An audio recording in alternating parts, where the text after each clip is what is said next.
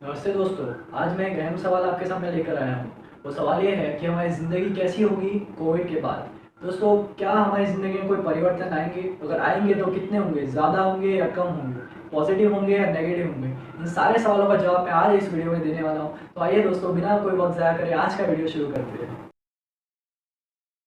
तो दोस्तों, पहली चीज़ जो मेरे हिसाब से चेंज होगी वो होगा सस्टेनेबल लाइफस्टाइल। हम सस्टेनेबल लाइफस्टाइल जिएंगे। उसका मतलब ये है दोस्तों कि हम हमारी फ्यूचर जनरेशन की नीड्स को ध्यान में रखते हुए अभी के इतना ही कंजप्शन करेंगे जितने की हमें ज़रूरत है, ना कि उससे ज़्यादा। अगर हमने उससे ज़्यादा किया तो हमारी फ्यूचर जनरेशन को नहीं मिल पाएगा जो हमें मिल रहा है अभी। तो ये चीज़ हमने कोविड से तब सीखी जब हम लॉकडाउन में थे। जब हम लॉकडाउन में थे तब हमारे पास कम रिसोर्सेज थे, कम पैसे थे, फिर भी हमने हमारी जीवन शैली को बरकरार रखा था। तो उतने कम पैसों में भी हम जी पा रहे थे compare to pre Covid period. जब प्री कोविड था, जब कोविड था नहीं, तब हम मॉल्स में जाते थे, तब 50 to 60% सेल होते ही हम अंदर जाते थे और एक ऐसी चीज़ खरीद लेते थे जिसकी हमें कभी ज़रूरत ही नहीं पड़ने वाली थी, या शायद उस वक्त ज़रूरत नहीं थी हमें उस चीज़ की। मगर कोविड की वजह से हमने प्रॉपर मनी अलोकेशन सीखा कि कहाँ पे हमें मनी अलोकेट करना चाहिए। और तो और हमने ये भी सीखा कि एनवायरनमेंट को कैसे सेव करना चाहिए। हम एनवायरनमेंट फ्रेंडली हो गए दोस्तों, क्योंकि हमने ये चीज़ देखी कि कोविड के वक्त जब लॉकडाउन था तब बहुत से एनवायरमेंटल इफ़ेक्ट्स हुए थे जो कि पॉजिटिव इफ़ेक्ट्स थे। वो देख के हमें मेंटली ऐसा हुआ कि एनवायरनमेंट को बचाना बहुत इंपॉर्टेंट है। तो हम फ्यूचर में भी थोड़ा एनवायरनमेंट फ्रेंडली ही रहेंगे। हम पेपरलेस सोसाइटी की ओर बढ़ ही रहे हैं, तो हम पेपरलेस करेंगे तो ज़्यादा अच्छा रहेगा, क्योंकि उससे ट्रीज़ बचते हैं और ट्रीज़ बचेंगे तो हमारी फ्यूचर जनरेशन को ज़्यादा प्रॉब्लम नहीं होएगा। तो दोस्तों, आते हैं दूसरे पॉइंट की ओर। दूसरा पॉइंट है फैमिली बॉन्डिंग। दोस्तों, फैमिली बॉन्डिंग एक बहुत इंपॉर्टेंट पार्ट है ह्यूमन बीइंग की लाइफ में। तो दोस्तों, फैमिली बॉन्डिंग जब प्री कोविड एरा था तब हम हमारी बिजी लाइफ या हमारे करियर बनाने में या पर्सनल लाइफ में हम इतना बिजी हो चुके थे कि हम फैमिली को भूल चुके थे। फैमिली के साथ रहना, उठना बैठना थोड़ा कम ही होता था। मगर कोविड की वजह से हमने साथ में रहना, साथ में केयर करना एक दूसरे की, वो सारी चीज़ें बहुत सीखी है, जो कि बहुत इंपॉर्टेंट एस्पेक्ट है। दोस्तों, तीसरा पॉइंट है डिजिटलाइजेशन के बारे में। दोस्तों, डिजिटलाइजेशन हर एक सेक्टर में होगा कोविड की वजह से, क्योंकि कोविड ने फिजिकल कॉन्टेक्ट से बहुत दूर रखा है। तो फिजिकल कॉन्टेक्ट नहीं होगा तो हमें डिजिटल मीडियम्स तो ज़रूर चाहिए होंगे।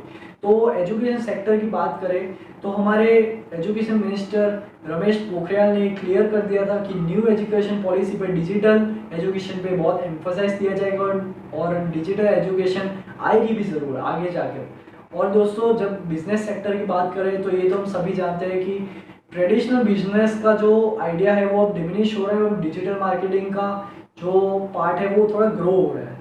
तो आगे जाके मेरा ये अनुमान है कि डिजिटल मार्केटिंग ज़्यादा ग्रो करेगा, जो डिजिटल बिजनेस में होंगे वो ज़्यादा ग्रो करेंगे। और तो और दोस्तों, ये डिजिटल बिजनेस का जो आइडिया है वो स्मॉल बिजनेसेस को भी बहुत ग्रो करने में हेल्प करेगा, क्योंकि जो बिग और स्मॉल दोनों के पास ही सेम टेक्नोलॉजी होगी तो दोनों सेम एफिशिएंटली और इफेक्टिवली काम कर पाएंगे। तो वो स्मॉल बिजनेस के लिए भी बहुत अच्छा है, स्टार्टअप्स के लिए बहुत अच्छा है। तो और फिर दोस्तों, बात आती है हमारी प्रोफेशंस की। तो प्रोफेशंस में लेट्स से एक एग्जांपल लेते हैं एक्टर्स का। तो एक्टर्स को एक डिजिटल प्लेटफॉर्म की वजह से एक चांस मिला है जो नेपोटिज्म की वजह से नहीं मिल पा रहा था। बॉलीवुड में जो नेपोटिज्म हो रहा था उसकी वजह से वो उनका टैलेंट निखर के बाहर नहीं आ पा रहा था। मगर डिजिटल प्लेटफॉर्म्स लाइक नेटफ्लिक्स और अमेजोन की वजह से उन एक्टर्स का भी टैलेंट बाहर आ पा रहा है, और उसके एग्जाम्पल्स तो आप देख ही रहे हैं। तो ये थी बात हमारे डिजिटल की। और अब हम आगे बढ़ते हैं हेल्थ सेक्टर की ओर। हेल्थ सेक्टर में दोस्तों बहुत से चेंजेस होंगे, क्योंकि इंडिया सीखेगा। इंडिया ने जो अभी गलतियां की है कि उनका हेल्थ, अभी हमारा इंडिया का हेल्थ सेक्टर पुअर है बहुत।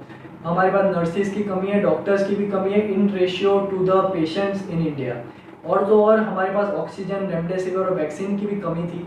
तो ये सब चीज़ों से इंडिया ज़रूर सीखेगा और इंडिया फर्दर आगे जाके कोविड के बाद मेरे ख्याल से नई टेक्नोलॉजिकल डेवलपमेंट्स करेगा और साथ ही इंफ्रास्ट्रक्चर और अपने वर्क फोर्स में भी बढ़ोतरी करेगा। और दोस्तों, आखिरी पॉइंट पे आना चाहूँगा इस वीडियो के, जो कि एक बहुत क्रूशियल और बहुत ही इम्पॉर्टेंट पॉइंट है, और ये कोविड ने सबसे बड़ा लेसन हमें सिखाया है, वो है मेंटल हेल्थ का। दोस्तों, मेंटल हेल्थ मतलब ये होता है कि कोविड की वजह से हमारी मेंटल हेल्थ पे भी असर पड़ा है। बहुत से लोग होंगे जिन्होंने अपने चाहने वालों को खोया होगा इस पीरियड में। तो दोस्तों, ये हमारी और जिम्मेदारी बनती है कि हम उन लोगों की मदद करें जिन्होंने अपने चाहने वालों को खोया है। तो मैं ये आपसे निवेदन करूँगा कि उनको आप मेंटली और फिजिकली हेल्प करें कि वो अपने स्ट्रेस से बाहर आ पाए, उनको जो स्ट्रेस पड़ा है मेंटली, तो आपको ये हेल्प करनी चाहिए। मेरी तो वही राय है आपसे।